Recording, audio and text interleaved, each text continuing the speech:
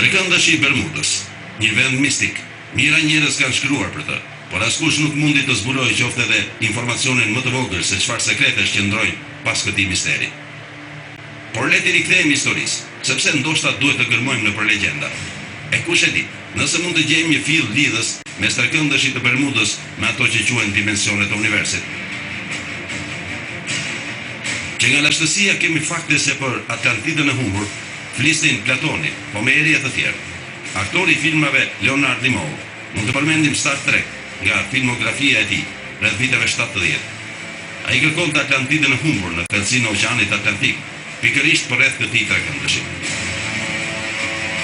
Sipas Weekly World News, më 28 maj të vitit 1991, oqeanografi Meyer Verlag dori një zbulim misterios në brigjet e Bermudas. Dr. Meyer, bashkë me një grup shkencëtarësh, të cilëve u vunë në dispozicion disa aparatura shumë të sofistikuara, vunë re se në fund të oqeanit kishte disa forma energjie pothuajse të njëjta me ato në sipërfaqe në det të hapur. Që herëherë u krijojnë anomali aparateve elektronike, e mjeteve lundrues, apo të avionëve që kalojnë mbi trekëndëshin e Bermudës. Siç e dim, trekëndëshi i Bermudës ka krijuar shpesh anomali të tilla, ndaj edhe po kujtojmë disa nga këto. Kjo është gjeometria e trekëndëshit të Bermudës. Këndet ndodhen në Florida, Porto Rico dhe Bermuda. Gjysej 1300 km2. Ka shumë teori dhe shumë zëra që flasin për alien, për dimensione të tjera, apo anomali natyrore. Shumë aviatorë dhe marinarë kanë treguar me 10 fakte për këto anomali, disa nga të cilat janë transformuar në legjenda. Si për shembull anija e marinës amerikane Cyclops, e zhdukur më 1918. Ajo transporton dhe qymyr, dhe lundrimi i saj do të zgjaste vetëm pak ditë. Kanë kaluar rreth 90 vjet, dhe anijen Cyclops po e presin akoma të vijë. Asnjë sos, asnjë shenjë. Si është e mundur që një anije gjigante 20.000 ton të mund të humbas pa lëngjur? Por historia më absurde është zhdukja e 5 avionëve të marinës ushtarake amerikane, që bëri këtë vend të jetë një nga më të famshmit të botë për misteret e pashpjeguara. Më 5 dhjetor të vitit 1955, një skuadër e zgjedhur aviatorësh po përgatiteshin për fluturimin e famshëm të quajtur fluturimin 19. David White ishte instruktori i fluturimeve atë ditë bashkë me Charles Taylor. Dita ishte e bukur dhe deti i qetë. Të 5 avionët po fluturonin sipër Bermudës, kur aty nga mesi i rrugës Taylor informoi bazën se avioni i tij kishte avari. Busulla nuk funksiononte. Pastaj tha se edhe avionet e tjerë kishin probleme elektronike. E kështu kulla e kontrollit kërkoi rikthim të menjëhershëm të avionëve në bazë, por sinjali radio bëhej gjithmonë më i zbet. Sipas të dhënave që kanë mbërritur deri sot, edhe pse zërat e tyre nuk dëgjoheshin pastër, thuhet se një forcë e mistershme i periste avionet në drejtim të panjohur, dhe asnjëri nuk e kuptonte se për ku. Deri kur çuditërisht të 5 avionët u zhdukën për të mos u gjetur më kurrë, bashkë me pilotët që gjendeshin brenda. Baza u vu në lëvizje dhe dërgoi menjëherë një grup tjetër avionësh që të kërkonin se çfarë kishte ndodhur. Ata kërkuan ditë dhe natë, por pa sukses. Përpara se të ktheheshin një tjetër avion i grupit të dytë u zhduk sërish. Pra 6 avion dhe 27 burra u zhdukën pa lënë as edhe një gjurmë në mes të trekëndëshit të Bermudës. Si është e mundur që 6 avion mund të humbasin në këtë mënyrë? Dikush thotë se ndodhi nga një mjegull energjetike, dikush tjetër nga alienët, e dikush thotë se janë thithur nga dimensione të tjera. Jan Quasar ka 15 vjet që studion fenomenet në trekëndëshin e Bermudës. Ai thotë se nuk I interesojnë tragjeditë dhe aksidentet, por kërkon pjesë, fragmente avionësh apo trupa njerëzish që të vërtetojnë se këto kanë qenë vetëm aksidente. Por nga kërkimet që ai ka bërë në tërë këtë zonë deri tani në thellësinë e oqeanit nuk gjendet asnjë shenjë. Një tjetër eveniment në Bermudë krijoi një bujë akoma më të madhe.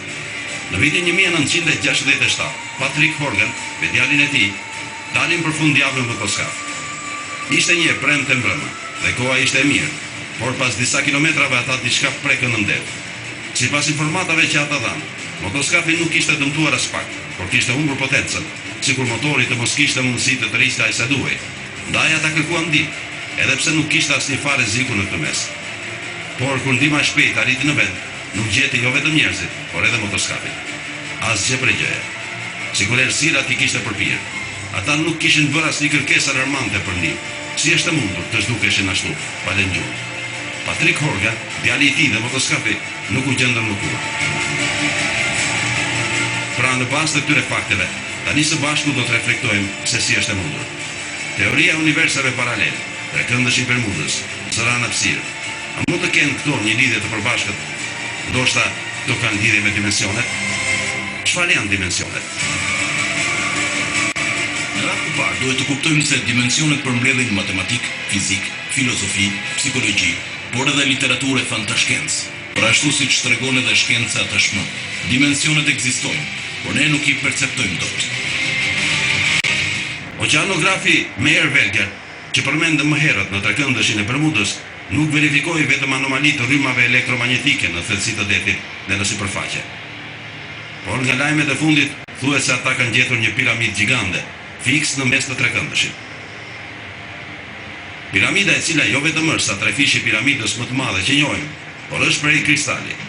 Dhe ka edhe dikush që thotë se nuk është e përbërë nga materie e gjetur në tokë, por një përzierje molekulash shumë të ndërlikuara për shkencën e sotme. Kjo është e frikshme ta mendosh, sepse nëse gjendet me të vërtetë kjo piramidë në qendër të trekëndëshit të Bermudës, atëherë në këtë mënyrë shpjegohen edhe shumë enigmat pasqyrura. Në fakt të thuhet se shërbimet sekrete amerikane bën çishte e mundur që lajmi të mos përhapej dhe pezulloi punimet e çdo lloji ekipi në vend dhe ka dhënë urdhër që zona e trekëndëshit të Bermudës të ruhet 24 orë. Sipas informatave që kemi, kjo piramidë çliron një energji të pastër, ose sipas teorisë konspirative, energji elektromagnetike. Ashtu siç dihet, të gjitha piramidat në përgjithësi janë kanale energjie dhe çlirojnë energji të pastër dhe shumë të fortë. Por në rastin e kësaj që mund të jetë zbuluar në Bermuda, na rezulton që energjia të jetë kaq e pastër sa 10 fishi energjisë më të pastër që ne njohim.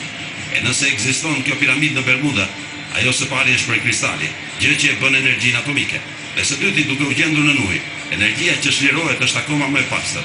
Kështu që si rrjedhoi, kemi një energji super të pastër të një fushë ndërdimensionale, e të paimagjinueshme dhe të paperceptueshme nga njeriu.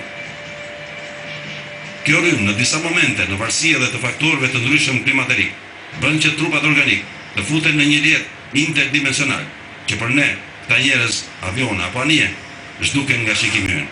Por ata në të vërtetë ekzistojnë, vetëm se ne nuk mundemi të shikojmë, sepse gjenden në një tjetër dimension. Sikur pra në hapësirën ku ne jetojmë të ishte një rrjet gjigant që ndan hapësirën me një tjetër shtresë membrane të pakapshme nga shqisat tona. Kjo shpjegon pra edhe zhdukjen e mjeteve apo të njerëzve në trekëndëshin e Bermudës.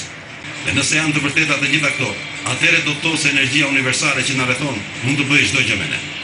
Sipas informatave që kemi, në një mbledhje të fshehtë të mbajtur në Bahamas, ka folur edhe shkencëtari e studiuesi që thuhet se gjeti këto piramida, doktor Meyer Werger.